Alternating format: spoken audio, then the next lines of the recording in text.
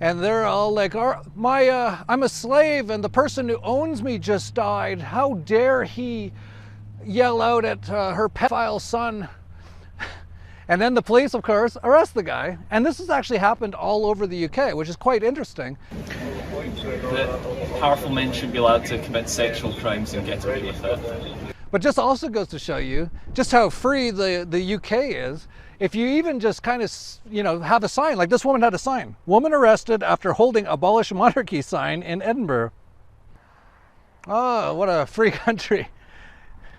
By the way, in the UK, you're not allowed to have knives unless you have a license.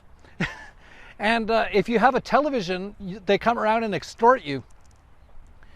Seriously, and they actually have like spy agencies checking to see if you have extra televisions in your house, and if you do, they extort you more. And if you say abolish the monarchy, you get basically arrested. Very interesting too, like this doesn't seem to be quite as big as they want it to be, or want to portray it as being, because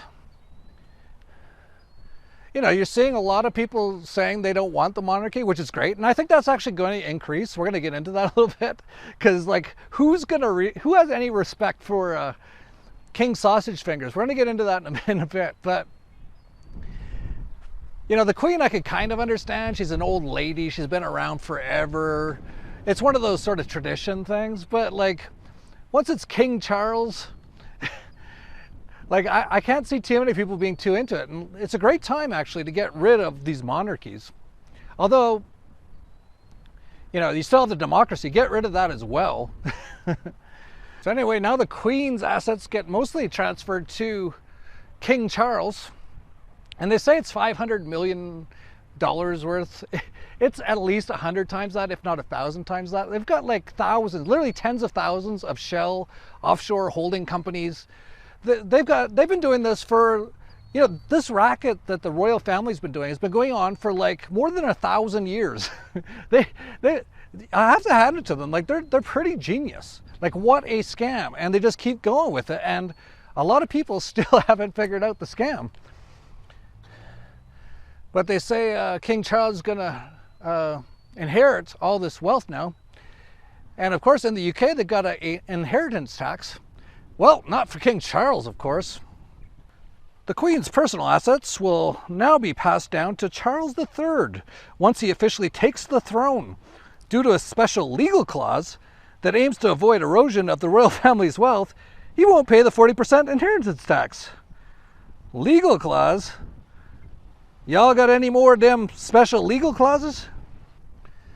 Yeah, everyone else in England, if their parents pass away and they inherit money, 40% of it actually gets stolen and gets sent to the government and the royal family. But when the royal family have inheritance, they have a special clause. And they actually point out in this thing that it's to avoid the erosion of the royal family's wealth. Yeah, why can't everyone do that? Well, it's a big scam that they've been running for like 1,000 years. But like I said, you got to hand it to them. How basically the royal family are like anarcho-capitalists. No one rules over them. But they rule over everyone else, but kind of like subterfugely. It's really ingenious. Like really, someone should do like a movie on like the Queen. Be ungovernable. Like just look at Prince Andrew. Everyone knows, and the Queen just, makes a few calls, and everyone listens to her. God save the criminal elite. Chaos out of order.